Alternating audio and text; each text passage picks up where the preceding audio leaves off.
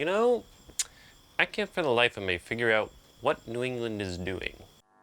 I recently found out the Denver Broncos hired Packers OC Nathaniel Hackett to be their next head coach.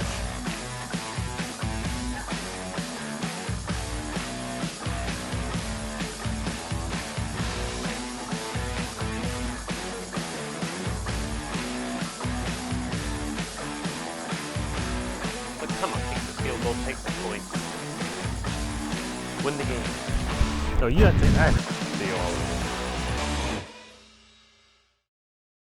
Welcome to Ruffing the Pastor, show where I talk football, miscellaneous stuff, and mostly football.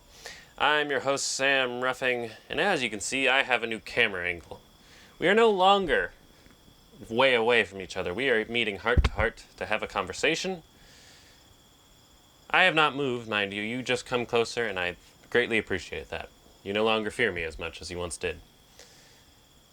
Anyways, we have reports coming out of New England, specifically New England in Las Vegas, where they are facing off against the Raiders this preseason week, and they're doing joint practices together. Because that's what teams do for some weird reason. Anyways, there have been reports of the New England Patriots offense, specifically the lack of it, and how poorly it's going and being run right now. This is a rather concerning case for them, as of this year, their longtime coordinator, Josh McDaniels, who was a part of their team for all 6 of their Super Bowls, 3 as an offensive coordinator in the 2010s, has left them this year to join the Las Vegas Raiders as their head coach. And as a Broncos fan, I am absolutely psyched. You guys get Josh McDaniels. Have fun. Anyways. But with him, he not only takes his great experience as an OC and his brilliant play calling, he took the Patriots quarterback coach, an O-line coach, and a bunch of other, like 4 offensive assistants from Bill Belichick's team, and thus leaving the Patriots to scramble. And, well, the results are yet to be seen. They do not look good. Now, before we get on to that, I would just like to ask, have you considered subscribing to Ruffing the Passer? I would greatly appreciate it, as I give one of the sports opinions out there on the internet that is interesting, to say the least. And you can help my channel grow, and we can become... I can do this, I don't know. I'd just like to get to 50 subscribers. Can we get to 50 subscribers? I would be happy if we can do that. Anyways, back to the video. So, the Patriots, who needed to replace one Josh McDaniels, who, as mentioned, is brilliant as an OC, decided to bring back former defensive coordinator, former Lions head coach, Matt Patricia. Which, okay, makes sense. Belichick's brought back assistants from the past who have failed in their places. And they also brought back Joe Judge, former Patriots special teams coordinator, who was the head coach of the Giants before absolutely failing there, which I feel like was definitely a ploy by Bill Belichick to get back at them for Super Bowls 42 and 46. Of course, then again, the Giants maybe did that to get back at Bill Belichick. Anyways. So they hired these guys, and everyone thought, well, I guess since they were relatively good at their positions, they get them back on staff, why not? Except for the fact that they're using them on offense now. A special teams coordinator and a defensive coordinator are running the offense in New England. Specifically, Matt Patricia is calling offensive plays.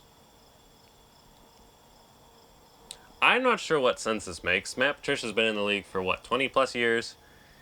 And has been, I think he was only 1 year an offensive personnel coach, and that was a tight ends coach. The rest of that time, he's been defense, and defense only. Now, then again, in Detroit, he has seen a lot of good offense. Specifically, the offenses he allowed to score on his team. But even still, the man has no play calling experience, really no coaching, and they decided to make him the offensive play caller. I'm not sure why. I understand that the Patriots are pressed for time and needed to get new coaches, but like there are tons of OCs out there just waiting on the market. Like Adam Gase. Yes, I still laugh from Colin Cowherd's show, but you know what? You can hire Adam Gase. He's one of the names. Rich Scangarello, steal him from San Francisco. He worked with Drew Lock. He could probably work with Mac Jones. And so, the fact, and this is obviously going as everyone predicted, as the reports out of said Raiders and Patriots joint practice is that the Patriots offense looks like absolute trash. Mac Jones is regressing. They can't block anyone up front. Now, this previous practice, apparently, did have some good plays for New England. They did score touchdowns in 2-minute situations, so there is always that hope. But after a year where you were absolutely outgunned by the Bills in the playoffs, you'd think that you might want to hire some better personnel, make some better offensive moves, besides just trading for Devontae Parker, which is a good move. Devontae Parker's a good receiver, but you might want to help out your quarterback a little more, your second-year guy. I mean, for Pete's sake, remember what happened to Drew Lock in Denver? He was doing great with his coordinator. They fired him, brought in some schmuck off the street named Pat Shurmur, and that went straight to, Drew Lock's in Seattle now. And it's only going to get worse, although he could get better. And so this would leave one to believe that New England is going to absolutely bomb the season. However, I am not yet to say that because of a few things. One, Bill Belichick, despite his flaws as, stubborn and just very stubborn, he's still a brilliant defensive coach. No one's going to argue that. He coaches his players hard, gets them trained well, and so I think the defense will be good this year. They always find a way to win. I'm not sure how. I mean, last year they started out 1-3. They at one point ended up 8-3 with the number 1 seed in the NFL. I'm not sure how. Number 2 is Mac Jones, who is regressing apparently, or is frustrated. However, that's on the practice field and not on the playing field. And he's put in a lot of work this offseason.